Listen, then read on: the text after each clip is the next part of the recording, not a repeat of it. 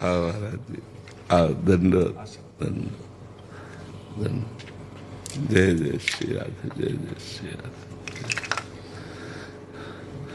अब राधा गिरधर हो गए जी महाराज जी। सब परिकर तो महाराज जी आकर के वहाँ सुख प्रदान कर गए। मैंने भी एक बार महाराज जी को मैं प्रणाम कर दिया।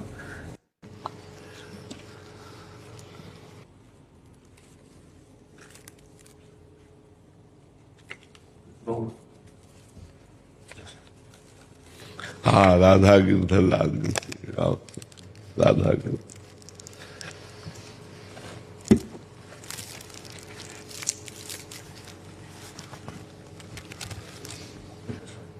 तीनों लोग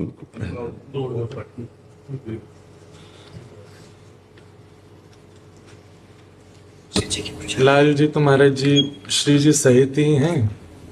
तो पूरी जो ब्यावला की जो पूरी प्रक्रिया भई, वो घर के हमारे सेवक श्री राधा माधव प्रभु हैं। पिताजी महाराज के गुरुदेव के सेवा के ठाकुर जी, तो उनकी पूरी जो व्यवस्था थी, तो जयमाल की, फेरान की, हल्दी की, मेहंदी की, रंगमहल की, वो सब सेहरा हाँ किसके बंधा? वो उन्हीं के बंधो। अच्छा, युगल। हाँ युगल। हाँ, ठाकुर जी मध्य में विराजते। प्रक्रिया युगल की। बाबा से बात हुई, मैं तो बहुत दिन से तड़प रहा हूँ, मैंने कि महाराज जी के दर्शन करने हैं मुझको, तो बस अभी कथा के लिए निकल रहा हूँ। अब लाल जी, अब राधा गिरधर लाल जी आवेंगे। पहले तो गिरधर लाल जी पधारे, तो जब लाल जी आवेंगे तो अब हम भी चतुर्भुज है गए। तो हाँ, नहीं, ठीक है, ठीक है जी की महाराज जी हर वर्ष हम पर्ची डालें ठाकुर जी के आगे कि अगला उत्सव कहाँ कराएंगे। तो 4 स्थानों के नाम रखते हैं। तो गत वर्ष नाथद्वारा में था। तो भाव था कि गोवर्धन, वृंदावन, बरसानो या फिर एक बाहर को स्थान रखो कहीं को। तो मन में भाव आयो कि अगर बरसाने की पर्ची आ गई तो ठाकुर जी के आगे डालें, जो सबसे समीप जावे वो को माने कि ये ठाकुर जी आज्ञा कर रहे हैं।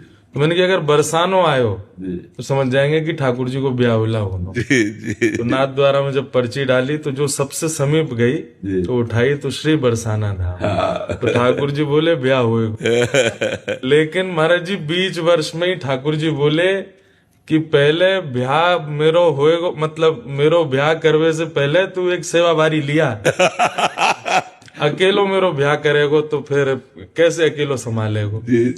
तो बीच में योजना ऐसी बनाई कि पहले दास को हैगो और 1 महीना में ठाकुर जी को हैगो।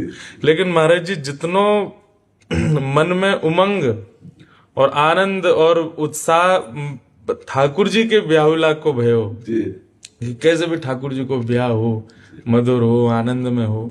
तो एक बार और मैं लाल जी के सहित हम कृपा कीजिएगा, दर्शन करेंगे जरूर। तब आऊंगा और बाकी संग में भी लाऊंगा परिवार को, तो सहित दर्शन कर भी आऊंगा। एक चुनरी दे दो, सखी को दे देंगे चुनरी।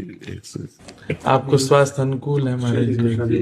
बस ये कि श्री जी की कृपा से चल रहा है, बस चल रहा है। बस लाडली जो सब संतों की कृपा है, तो उसकी बहुत सुंदर चल रहा है। हमें भगवत चर्चा करने को मिलती है, हमारी दिनचर्या चल रही, पर इतनी बड़ी कृपा है। अब दिनचर्या चल रही सब, तो हम राजी हैं। जितना कष्ट मिले उस पर कोई परेशानी नहीं। दिनचर्या हमारे लिए बहुत माननीय है, जो जिसमें आप स्वयं की दिनचर्या और समाज की दिनचर्या दोनों का पालन हो रहा है। जो अपनी दिनचर्या साधना की वो चला रहे, और जो भगवत सेवा समाज की है वो चल रही। इसलिए मन में उत्साह बना रहता है, और आप सबका आशीर्वाद चलता ही रहेगा जब तक जीवन है। महाराज जी आप असंख्य वैष्णव और ब्रजवासी के प्राण हैं जी। और श्री जी है सके महाराज जी कि हम सबन के ही कोई अपराध रहते होंगे ऐसे? नहीं नहीं नहीं नहीं, नहीं। ये अपराधन को श्री जी सोचे कि ये तो बालक हैं, ये कहाँ सहन कर पाएंगे।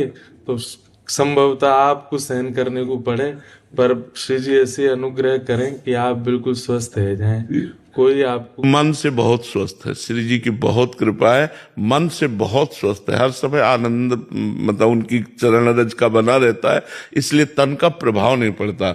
नहीं, तन का प्रभाव अगर पड़ जाए तो सैया से उठने लायक नहीं है। मन बहुत आनंदित रहता है, बस इसी से सब चलता रहता है। मन आनंदित है तो हर स्थिति में आनंद बना रहता है, चाहे जैसी शरीर की परिस्थिति हो, वो मन तैयार रहता है। अगर मन कहीं बीमार हो जाए तो गड़बड़ हो जाए, फिर ये मन आनंदित रहना चाहिए।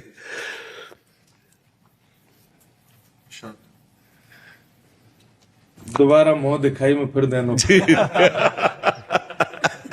धन्यवाद।